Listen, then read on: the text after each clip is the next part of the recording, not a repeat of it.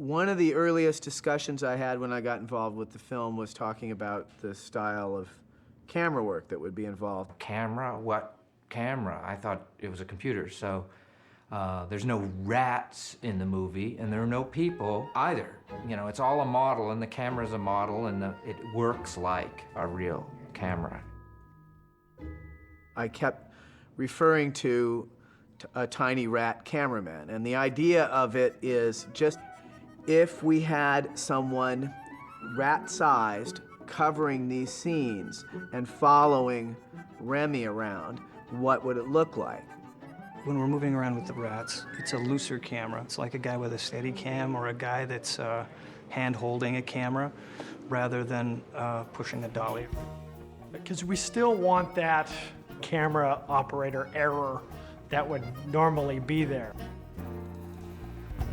We have to put in the flaws, you know, which make it more believable. Brad felt it was important that the rats felt small, that we felt the proportions of the humans versus the little small rats. Because the rat in the world, in the environment, is rat size and the characters are large, it's hard to compose a shot with a rat and a man. If you want to have a beautiful over-the-shoulder of a rat with this huge man, you know, it's a little tricky. The more different and separate we can make these two worlds, meaning that of the rats and that of the humans, the more of a struggle it's going to set up for Remy, the more challenge it's going to set up for him to achieve his goal. And so part of that was, I think, shooting him in a way that reinforced his scale to the human world. For instance, when he falls in through the skylight and he's, you know, panicked, and we see him underneath the water and looking up at LaRousse coming in and putting dishes in the sink there. And LaRousse is this big, huge, and even like distorted through the water figure. And it's like ominous and a little intimidating because now we're taking on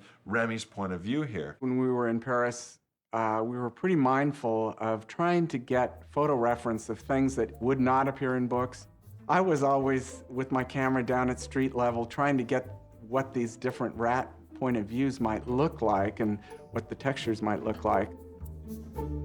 One of the things that's going to tell us that Remy is small is to have the background be softer when we're closer to Remy. Your depth of field gets progressively narrower the closer to the lens you get.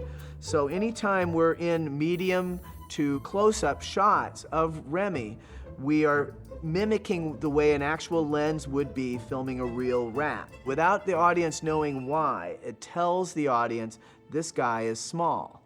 And it goes against what the computer naturally wants to do. It wants to have everything in focus. The ideal thing for the computer to do is really oftentimes at odds what we want the computer to do. People think that computers make filmmaking easy. You know, for everything that they make easy, they make other things really hard. So, you know, we're still at this very friendly war with the computer.